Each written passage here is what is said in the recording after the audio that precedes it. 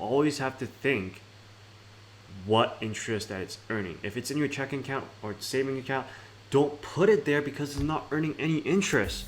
So right now, that money that you have now, it's way more valuable than it's in than compared to in the future. Because right now, compared to in the future, if it's still in your same checkings or saving account, it's the same amount. It's not going to grow. But if you have it right now and you invested it, it's earning interest for you. So it's more valuable now than in the future.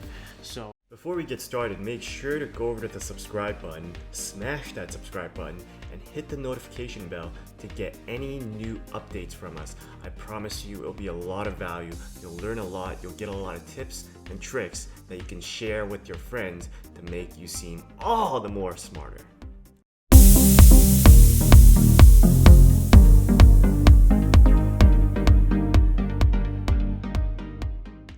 Alright guys, welcome back to another video from the How Money Works series by CourseHack.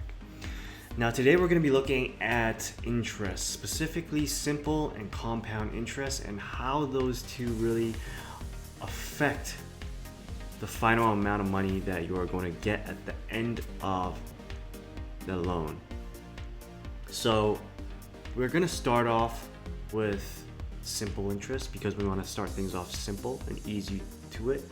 Before I get into that, this video, you don't really have to watch through the entire end of it. It's really, if you want to geek out and nerd out with me, I think it'll be really educational because we will be teaching you how to use the calculators that we provide to you once you sign up for our newsletter, which will also provide a lot of tips and tricks that you would want to know about. So stick with us through this video and you'll learn something really incredible. So simple interest, you did not think you were going to end up back in math class again. I swear to you, that's probably what you were thinking, but here we are. Simple interest is A equals P times 1 plus RT. A is pretty much our final amount, how much we get at the end of the loan. P is the initial principal amount, the amount that you lent. R is the annual interest rate, and T is time. That means how many years are you going to be loaning for? I know that's a lot, but just know that it's literally, you're taking the amount of money that you have, you're timesing it by 1 plus an interest rate for this certain amount of time you're lending, and you get a dollar amount that pretty much tells you what your ending amount is going to be. So that'll help you determine whether the investment is good. Is that something you're satisfied with by lending out all this money for this much time? That's what it tells you. So let's go through it. Simple interest. This example, we're starting off with $1,500. Our rate of interest is 9. Time is for 50 years. So we're lending $1,500 for 50 years. It's a long time. I wouldn't do it because I wouldn't see that $1,500 for 50 years. And I don't know if I'm going to last that long. So it's P times 1 plus RT. So you're basically filling in the blanks. So we have P 1,500 times 1 plus 0.09 because that's 9%. 9 divided by 100, that's where we get the 0.09 times 50. That equals to $8,250. If you take that and divide it by 50 years, it's basically $165 per year. Now we're going to exit out of that and we're going to play with our calculator. And this is the calculator that you're going to get when you join our newsletter. So please be sure to do that because it's really valuable in order to figure out how much money you're going to end up with. So we're going to change this funding to $1,500 because that's what we're starting off with. And our rate was 9% as usual. So we're going to pull this down because we need that to end up to be 50 years. So 50 years is there. And then we're going to do the same thing. I don't need to pull this down as well, but we're going to pull that down. So pull that down to 50 years. And we're going to pull this down to 50 years, and it should be 8,250 at year 50, which is what we calculated. So now you get a clear picture of how much money that loan is going to get you each year. So if we look at $1,500, the interest rate doesn't apply to the principal, which is your $1,500, plus the interest that you make on that $1,500. So in the first year, $1,500 times 1.09 is $16.35. So you're basically making $135.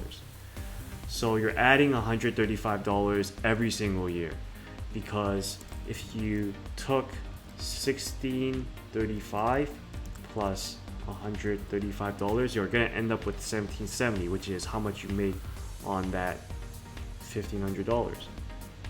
And because that's as simple as, this is why it's simple interest, because that interest rate is only based on $1,500. It doesn't count interest.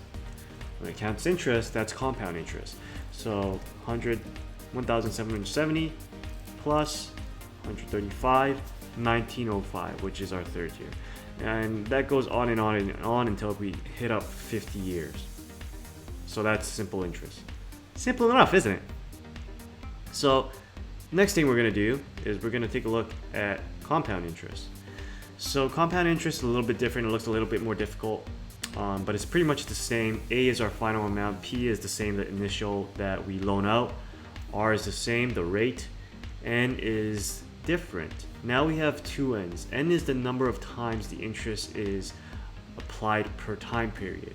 And usually it's compounded monthly. Time is the number of time periods elapsed, that's the years. So for example, if we compound the interest 12 times per year, that means the interest is applied monthly, then we take the rate and we would divide it by how many times it's compounded. So every month, if it's compounded every month, then we have to apply the rate every single month. It's simple, isn't it?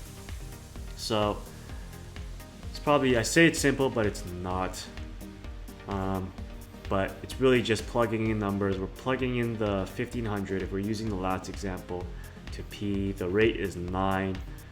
The N is the number of times the interest is applied per time period. A time period is the number of time periods, which is 50 years. We're talking about years here, so T is years. And we're doing the compounding monthly, so we're gonna have to do it 9% divided by 12, which is this fuzzy little thing is 1,500 times 1 plus 0.09 divided by 12 to the power of 12 times 50.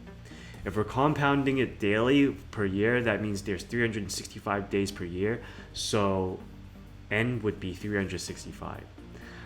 So this calculation gives us $132,000 and $132,777. Are you loving math class yet? I know this. I promise this is as dry as it gets, but it's not that dry. I mean, we're talking about money. If you guys aren't interested in this, you guys aren't interested in money. It's like, what's wrong with you? But so, which one would you really choose? Like simple interest or compound interest? Of course you would pick the compound interest, or else you should really donate money to me, because I think that would be a good move. So simple interest really gave us $8,250, whereas the compound interest returned us $132,777 for the same 50 years. So which strategy will you choose? It's kind of obvious, isn't it? And if you really look at a chart, if we took compound versus simple interest on 10K over 15 years at a 9% interest rate, that's the difference. So the simple interest is the blue line, it's about like 25,000, and compound is over 35,000, like 36. So there is about $11,000 difference. And that's the difference between compound and simple interest over the same rate. So let's exit out of that. And actually, let's go back to this example, because I want to show you doing that same thing with our compound calculator. Let's see. Yeah, we could do that. I just wanted to check if we were compounding it, if we were adding contributions. If we were adding contributions, it'll be different. That means that while you're compounding the money, you're also going to be adding money every single month. But that's like that's for a different video. I won't want to do it now. So we're going to pull that down to 50. What the hell? That's not right. We need to change this to 15,000. That's not right either. 135. I don't think this calculator is right. So this is the calculator that my advisor gave me. I'm gonna try my own calculator. So let's try this. Compound interest. We're just gonna change it. It's different from his, but it makes sense to me because I made it. The rate is 9 compounded monthly for a time period of 50 years. There you go, 132.7740. So same amount. This is the calculator that I use. We also have the amounts for if you add in monthly contributions. So if you're adding money every single month or something, then of course your money is going to grow faster. So we're going to talk about that at another video because it's going on for a while. Probably the next one. So simple interest or compound interest. So if you don't want to sign up for our newsletter and get our calculators, which is, I don't know why you would do that because that's stupid, because our calculator is so much better. You can go to this NerdWallet one to calculate your amounts. I tried it. Here it is. I think it's okay. Let's actually put in our deposits and play with it a little bit. So the crappy thing about this is they don't allow you to type in a number. They have to use this like plus or minus sign. And does it only bring me up to 42 years?